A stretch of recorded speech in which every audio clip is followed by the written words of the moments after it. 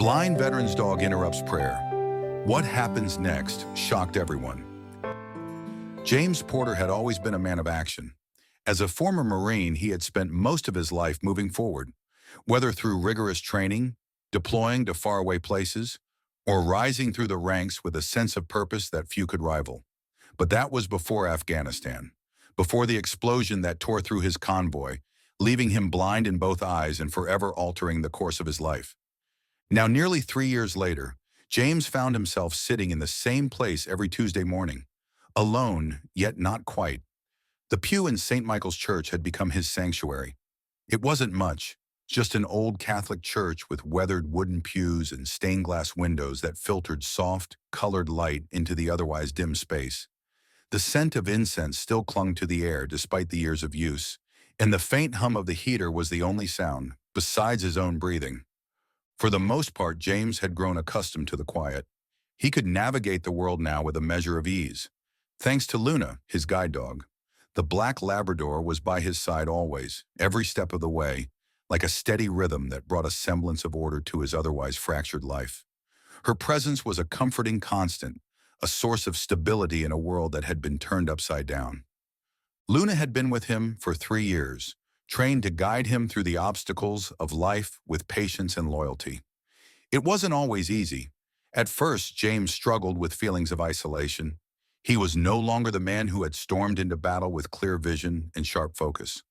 The world had shrunk in a way he never expected, and the darkness that came with his blindness was not only physical, but also mental and emotional. It felt as though he had lost a part of himself that he couldn't reclaim. There were days when it seemed like the weight of his new reality would swallow him whole. On those days, Luna would nudge his leg, reminding him that he wasn't alone. There were moments when James found himself crying, out of frustration, out of grief, out of an overwhelming sense of helplessness. But Luna never judged. She simply sat beside him, pressing her head into his lap, offering comfort in the only way she knew how. It wasn't much, but it was everything. Before the war, James had been a man of deep faith. He remembered the days when his belief in God had given him the strength to endure even the harshest conditions. His faith had been the rock that grounded him during his deployments and the foundation on which he built his life. But since the explosion that had stolen his sight, his connection to God had frayed. He found himself questioning everything. Why had he survived when so many others hadn't? Why had this tragedy happened to him? What was the purpose of his suffering? On the good days, James would sit quietly in the back pew of St. Michael's Church, with Luna resting patiently by his side. His hands, still strong despite the scars of war, would clasp together as he tried to pray. But more often than not, his prayers felt hollow. His words seemed to echo in the vast emptiness of the church, falling to the ground without answer. He had never considered himself a man who needed signs, but in his blindness, he found himself craving one, a sign that God still cared, that his faith wasn't in vain. It was during those moments of silence, when the weight of his own doubts pressed heavily on his chest, that he would feel Luna's steady presence beside him. Her warmth was a gentle reminder that, even in the absence of clear answers, he wasn't truly alone. He would rest his hand on her head, feeling the softness of her fur, and he would find a strange, quiet peace. James never used to think about the church much before. It had been a place he visited only on holidays or when his parents had insisted. But after the explosion, after the pain and the loss, he found himself drawn to it, not because of the rituals or the hymns, but because of the stillness it provided. It was a place where he could sit in quiet without any expectations. And for a man who had spent so much of his life in a world of constant motion, the stillness was a balm. Luna had become more than just a guide dog to James. She was his anchor, the bridge between his inner world and the outside one. There were times when it seemed as though she understood him better than anyone else. Better than the doctors, better than the other veterans, better than anyone who had ever tried to help. She knew when he needed space, when he needed comfort, when he needed to move on and face the day. And yet she never pushed him. She simply stayed beside him, ready for whatever came next. Every Tuesday morning, without fail, James would make his way to St. Michael's Church. Luna, with her easy gait, guided him through the streets, following the same familiar route that had become second nature to them both. They would cross the intersection, and Luna would lead him up the steps, through the heavy wooden doors, and into the cool sanctuary of the church.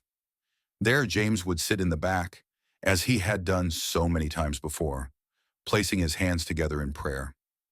Luna would settle by his side, her body warm against his leg, her gentle breathing the only sound he could rely on. For 3 years, this was their rhythm, their routine. It was during these moments of quiet contemplation that James often felt closest to God, even if he didn't know exactly what he was seeking. He didn't have the answers, but he had Luna, her loyalty, her love, her patience. She was a living testament to the power of unconditional love, the kind of love that James had often wondered about in his darker moments. If God's love was anything like Luna's, then maybe there was still hope for him after all. But that morning, something was different. Something was about to change in the stillness of that familiar church.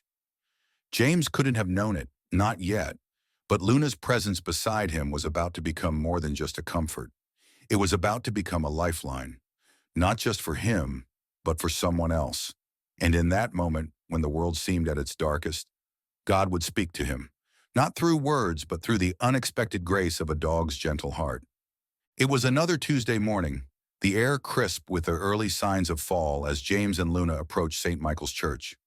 The worn cobblestones beneath his feet, the familiar creak of the heavy wooden doors as they opened, and the smell of aged incense all greeted him like old friends. For the last 3 years, this had been his routine, his sacred time, a time where the world fell away, where the noise of life, of memories, and of doubts quieted into something more manageable. The church was still and silent, as it always was in the early hours before Mass. Its stone walls seemed to absorb the day's distractions, allowing only a soft, holy peace to settle. James knew these sounds well, the soft hum of the heater, the distant ringing of the bells calling for prayer, and the faint flutter of candles' flames casting shadows on the floor. But most of all, he knew the space by feel. He knew the contours of the pews, the polished wood of the altar rail, and the smoothness of the kneeler where he would settle. Each step, each movement was instinctive, no longer requiring any effort. Luna walked alongside him as she always did, her steps measured and sure. The quiet rhythm of her paws on the floor was a steady, grounding presence. She was more than just his guide dog. She was his anchor, his companion through the labyrinth of his blindness.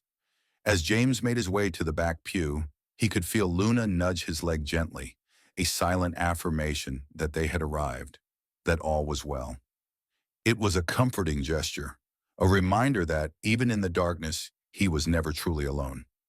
James sat down slowly, his body settling into the pew with a sense of ritual. His hands automatically folded together, his head lowered in prayer. He took a deep breath, inhaling the stillness around him as he always did. The familiar weight of his thoughts, the quiet yearning for purpose, lingered in the back of his mind, but for the moment they stayed at bay. Here, in the hushed reverence of St. Michael's, James could almost pretend that he hadn't lost everything, that for a fleeting moment, the world still made sense. Luna, as always, nestled beside him on the floor, her body resting close to his legs. She was a steady presence, her breathing soft and rhythmic as she settled into the routine. For a moment, all was right in the world. There was no blindness, no loss of purpose, just the stillness, the prayer, and the quiet companionship of the dog at his side. This was their shared moment of peace, their sacred time. But then, without warning, Luna moved. At first it was subtle, a soft shift, a rustle of her tags, the faintest sound of her paws tapping against the stone floor. James didn't think much of it. Sometimes she shifted to get more comfortable or adjusted herself in response to a noise in the church. But then, to his surprise, she pulled away from his side completely. Her tags jingled faintly as she moved further away. James froze, a wave of confusion washing over him. Luna never did this. In all the years they'd been together, she had never once deviated from her training. She was a guide dog, her role clear and simple: to stay by his side, to be his eyes in a world that had gone dark. This wasn't like her. His heart skipped a beat as he instinctively reached out, his hand brushing the cool edge of the pew. The church felt larger suddenly, and he felt a pang of anxiety tighten in his chest. What was happening? Why wasn't Luna following her usual routine? He frowned, trying to listen for any clue as to what might be happening. The church was silent except for the distant hum of the heating system and the soft shuffle of his own breath.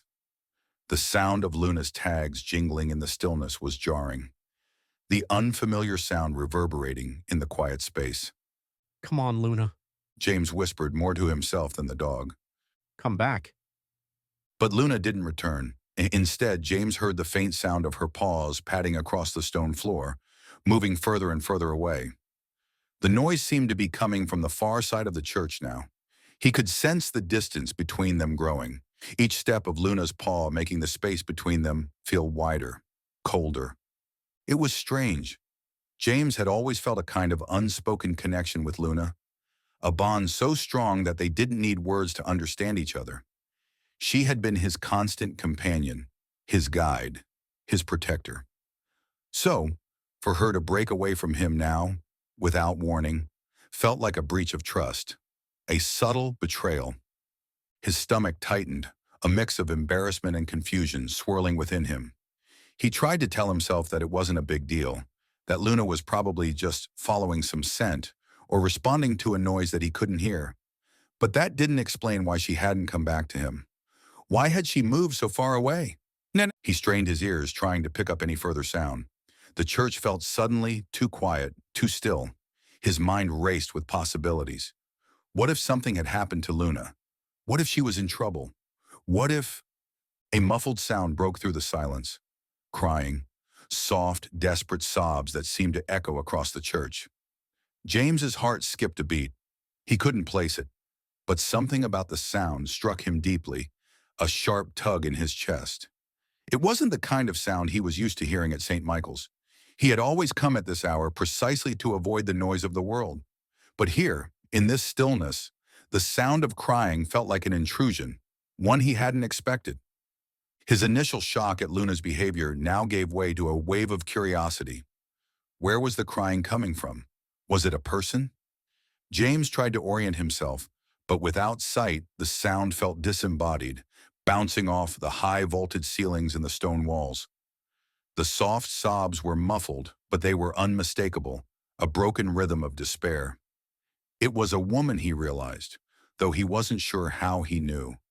He could hear the catch in her breath, the soft, hitching sound of someone trying to stifle their grief. James's discomfort shifted into a more urgent need to understand what was happening.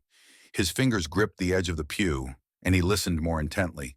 The sound of Luna's tags jingling again reached his ears, followed by the soft sound of paws on the stone floor, moving closer to where the crying was coming from. He felt a sense of helplessness wash over him. What was going on? What was Luna doing? And why was there someone in the church crying in the middle of a Tuesday morning? James's heart raced in his chest as he listened intently, trying to make sense of the soft sobbing echoing through the church.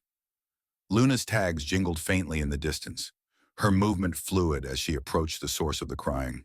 The more he strained to hear, the more it became clear. There was someone else in the church, and Luna was with them. The quiet, almost sacred atmosphere of the church now felt altered.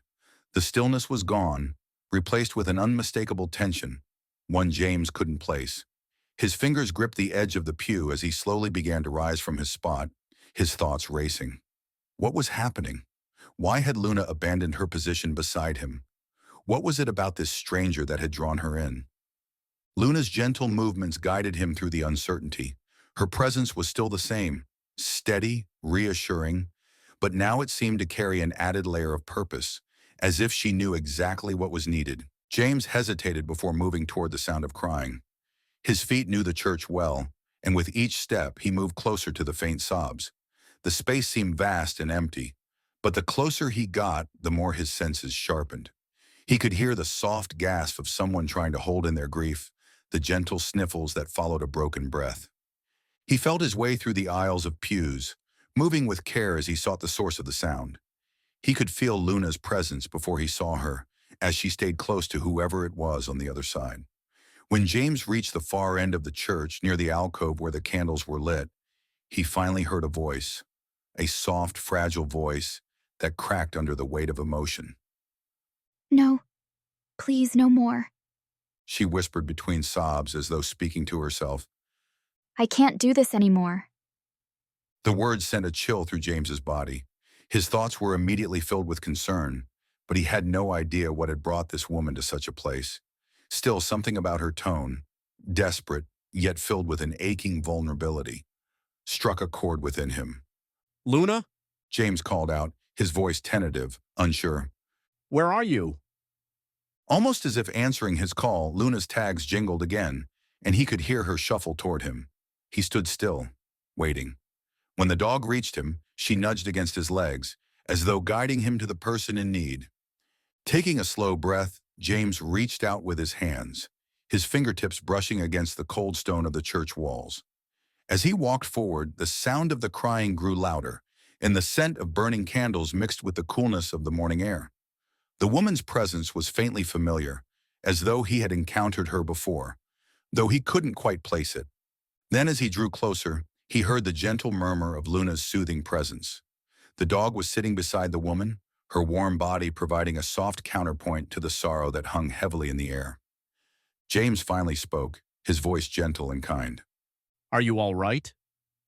There was a slight pause, then a soft intake of breath as the woman flinched, startled. Who's there? She asked, her voice raw and trembling. It's James. He said, his tone calm. I come here every Tuesday morning to pray. My dog, Luna, found you. She's been with you, hasn't she? The woman hesitated again before responding. Yes, she's just been sitting here with me. James nodded. Luna's very good at that. She's always been there for me when I've needed her most. She's very special. There was a quiet pause, then the woman spoke again, her voice cracking under the weight of her grief. My husband. He died in a car accident a year ago. She said softly, as if the words themselves caused pain. I don't know how to keep going. I feel so alone. James felt the sorrow in her words like a physical weight pressing down on him. Luna sat beside the woman, her head gently resting against her leg, providing silent comfort. The sound of her steady breathing seemed to fill the space between them, a subtle reminder that, in this moment, the woman was not truly alone. I'm sorry for your loss. James said, his voice filled with a deep empathy. I understand. Loss changes everything. The woman let out a soft sob, her body trembling. I've been coming here, hoping for some kind of answer. I don't know what I believe anymore. I don't know why I'm still here. James could hear the weight of her words, the hollow emptiness behind them. He had felt something similar when he first lost his sight, an overwhelming sense of disconnection from everything he once held dear. For a long time he'd questioned the purpose of his life, the meaning of his existence. But then there was Luna, guiding him through the darkness, reminding him that there was still something worth living for. She's been with me the whole time. The woman whispered, looking down at Luna. I didn't expect this. I didn't expect her to come to me. It's like she knew. James's heart tightened as he realized the gravity of what Luna had done. She had sensed the woman's need, her desperation, and had guided her toward comfort, toward peace. It was as if Luna had acted as an instrument of God's grace in this moment, and it brought a sense of awe to James's mind. The dog wasn't just a guide for him. She was, in some way, a messenger of love for this woman, too.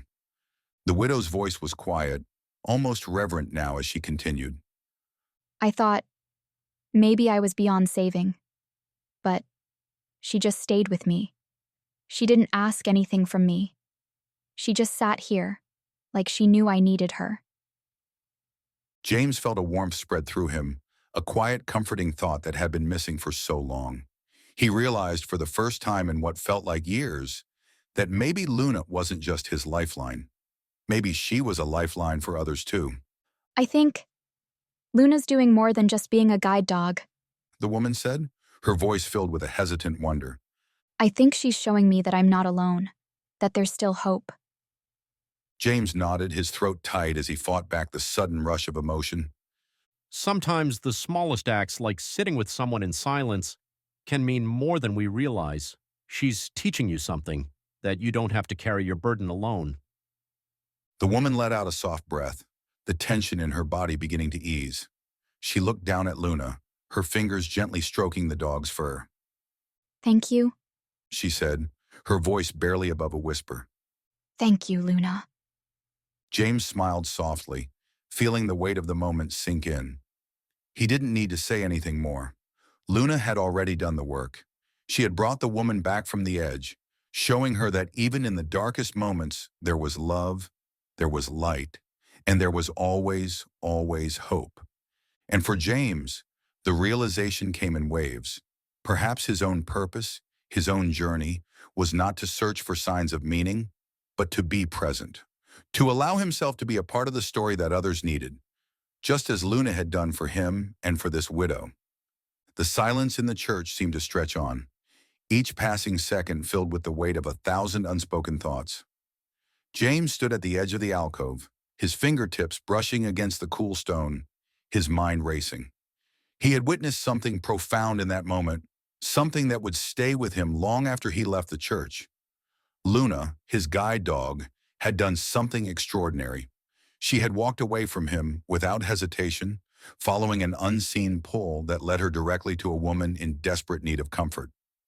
The widow Emma had been on the brink, contemplating an end to her pain, when Luna had quietly entered her life, offering her warmth and an understanding that James couldn't yet comprehend. As James turned back toward the pew where he had been praying, his mind began to wander, lost in the haze of confusion and self-doubt. He had always considered himself a man of faith. After all, it had been faith that had carried him through the trials of military life, that had kept him going even when the pain of combat seemed unbearable. But that faith, once so strong, had felt distant since the day he lost his sight in Afghanistan. The trauma of that moment, the sudden, irreversible shift in his world, had shattered more than just his body. It had torn apart something deep inside him, something that had once been unshakable. For months he had prayed for guidance, for a sign that he wasn't abandoned, that there was still a purpose for him in this world. He had searched for something, anything, that would give him direction, but all he had found was a silent, unyielding emptiness. God, he had thought, had abandoned him. How could anyone believe in a higher power when faced with such senseless loss, such deep personal tragedy? His thoughts drifted back to Emma, sitting there with Luna beside her, her sorrow raw but her spirit beginning to stir. There had been something in that moment, something that resonated with James deeply, though he couldn't quite place it. Was it the simple act of kindness? Was it the way Luna had reached out to the woman when no one else could? The bond between the two of them seemed so natural, so pure, as though Luna had been guided by something beyond mere instinct. And in that moment it struck James. What if the key to faith wasn't just about the grand gestures, the answers to prayers that came in the form of miracles or signs? What if it was about finding meaning in the smallest moments, in the quiet acts of love and compassion that often went unnoticed? He sat back down in the pew, the weight of his thoughts pressing down on him. He was still struggling to make sense of what had happened. His mind kept circling back to the question he had asked himself countless times before. Why? Why had this happened to him? Why had God chosen to take away his sight, his purpose in life as a Marine? What was the point of all the suffering? As James wrestled with these thoughts, he felt a soft presence beside him. Emma had moved over to where he was sitting, and for the first time, she spoke to him, her voice quiet but steady. How do you cope with it? She asked. The pain, the confusion. I see the way you're questioning things just like I was. But how do you find peace with it all? James turned toward her, surprised by the question. He had never spoken to anyone about his struggles with faith, certainly not a stranger. And yet here was Emma, a woman who had just found comfort in the most unexpected way, asking him to open up about something so deeply personal. He paused, unsure how to respond. His throat tightened as he searched for the right words. His experiences in Afghanistan, the life he had once known, felt like a distant memory, a part of him that no longer fit into the life he had now. I don't know. he admitted, his voice rough with emotion. I've been praying, asking for a sign, something to give me purpose, but it's like I'm not even sure God's listening anymore. It's hard to see any reason for this, for the blindness, for the isolation, for everything that's changed. I thought I had a purpose, you know? I thought my life meant something, and now I don't even know where I fit in. His words hung in the air between them, heavy and vulnerable. It was the first time he had said them aloud, and it felt both freeing and painful. Emma was quiet for a long moment, her gaze downcast as she took in what he had shared. When she finally spoke again, her voice was softer, more reflective. I know what you mean. She said, her voice tinged with sadness. I felt that way too. When my husband died, I felt so lost. Like nothing made sense anymore. I thought maybe I was beyond saving. But I think it's not about understanding it all. It's about feeling it. The love, the connection. Maybe that's what faith really is. Not always seeing the path, but trusting that it's there. That there's something beyond what we can touch or see. James listened intently, the weight of her words sinking in. There was truth in what she said. He had always been someone who relied on what he could see and touch, someone who believed in the tangible world around him. But what if faith wasn't just about certainty? What if it was about trusting in something greater than himself? Something that couldn't be explained by logic or reason? Do you think do you think that's why Luna's been with me all this time? James asked quietly, his voice trembling. She's my guide, my lifeline, but I've never thought about it like that. Maybe she's maybe she's here to show me something, to help me see beyond the darkness. Emma nodded, her expression softening.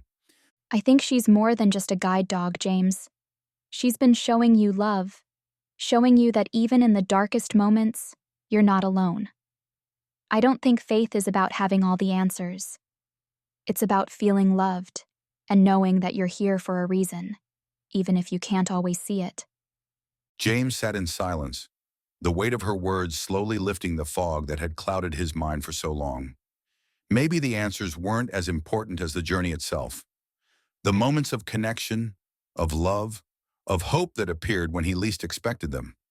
Perhaps his faith and his purpose lay not in the absence of doubt, but in his ability to keep moving forward, to trust in the unseen even when the road ahead felt uncertain. Luna, who had been lying quietly by his side throughout the conversation, gave a soft nudge, as though sensing the shift in the air. James reached down and ran his hand through her fur, feeling the warmth of her presence. He didn't have all the answers, but in that moment, he realized he didn't need them. What mattered was that he had Luna by his side, and that he was willing to open his heart to the possibility that faith, in all its mysterious ways, was already present in his life. As the quiet of the church enveloped James, the words Emma had shared with him began to settle in, sinking deep into his heart. The weight of his years of questioning and confusion didn't vanish instantly, but there was something in the air, something unspoken, that stirred a gentle shift in his perspective. He had spent so much time grappling with the notion that his blindness was a punishment, a cruel twist of fate that left him isolated and disconnected from the life he once knew. But Emma's words had sparked something within him, a flicker of understanding he had long been missing. It wasn't just about seeing the world around him. It was about the ways in which he connected to it. The profound truth was dawning on him. His blindness wasn't a barrier, but an avenue through which God could work. In his blindness, he had learned to rely on others in ways he never had before. Luna had been there, his guide, his constant companion, not only to help him navigate the world, but also to show him the deep, quiet presence of love and faith. Her unconditional loyalty and the calm sense of safety she provided spoke volumes in a language that didn't require sight. Luna was a reflection of the grace that James had longed for, but never fully recognized. There were moments, small but significant, that James had overlooked in the past.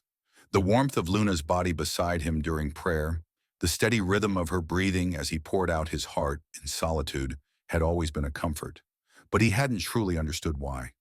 Now he saw it clearly.